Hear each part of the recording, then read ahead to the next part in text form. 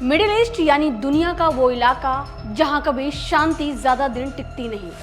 एक तरफ इजराइल, दूसरी तरफ ईरान और इनके बीच कई ऐसे संगठन जिनका नाम सुनते ही दुनिया की बड़ी ताकतें सतर्क हो जाती हैं। नमस्कार, मैं हूं दीपिका और आप देख रहे हैं डायनामाइट न्यूज। अब खबर आई कि ईरान की राजधानी तेहरान में 3 बड़े संगठन हमास, हिजबुल्लाह और हूती एक साथ जुटे हैं। सवाल सिर्फ इतना नहीं है कि ये लोग मिले क्यों हैं, सवाल ये है कि क्या तेहरान में किसी नए मोर्चे की पटकथा लिखी जा रही है? क्या इजराइल के खिलाफ कोई बड़ा प्लान तैयार हो रहा है? और अगर ऐसा हुआ तो क्या पूरा मिडिल ईस्ट फिर से युद्ध की आग में झुलस सकता है? आइए समझते हैं पूरी कहानी।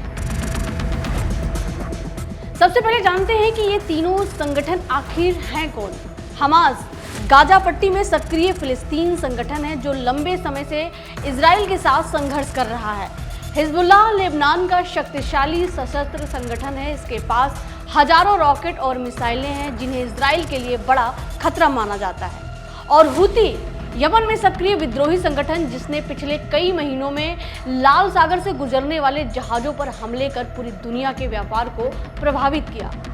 इन तीनों संगठनों की विचारधारा अलग हो सकती, लेकिन एक बात समान है, इजराइल का विरोध। और यही वजह है कि इनका एक साथ बैठना पूरी दुनिया के लिए चिंता का विषय बन गया है। आखिर बैठक तेहरान में ही क्यों? दरअसल ईरान लंबे समय से इन संगठनों का राजनीतिक और रणनीतिक समर्थक माना जाता रहा है।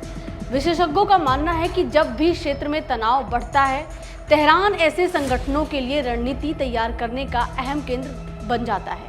इसलिए बैठकों को सिर्फ औपचारिक मुलाकात नहीं बल्कि आने वाले समय की रणनीति से जोड़कर देखा जा रहा है। पिछले कुछ महीनों पर नजर डालें तो तस्वीर और साफ हो जाती है। इजराइल ने गाजा में हमास के खिलाफ बड़े सैन्य अभियान चलाए। लेबनान सीमा पर हिजबुल्लाह के साथ लगातार संघर्ष हुआ। वहीं यमन की हूती विद्रोहियों ने लाल सागर में जहाजों का निशाना बनाया, जिसके बाद अमेरिका और उसके सहयोगी देशों ने हूती ठिकानों पर जवाबी हमले किए। यानी मिडिल ईस्ट पहले से ही कई मोर्चे पर तनाव झेल रहा है।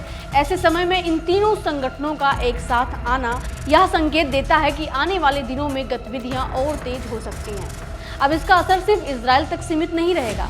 अगर क्षेत्र में तनाव बढ़ता है तो सबसे पहले असर पड़ेगा तेल की कीमतों पर। मिडिल ईस्ट दुनिया की सबसे बड़े तेल उत्पादक क्षेत्रों में से एक है। युद्ध बढ़ा तो कच्चे तेल की सप्लाई प्रभावित हो सकती है और अगर तेल महंगा हुआ तो भारत समेत दुनिया के कई देशों में महंगाई बढ़ सकती है। दूसरा असर होगा समुद्री व्यापार।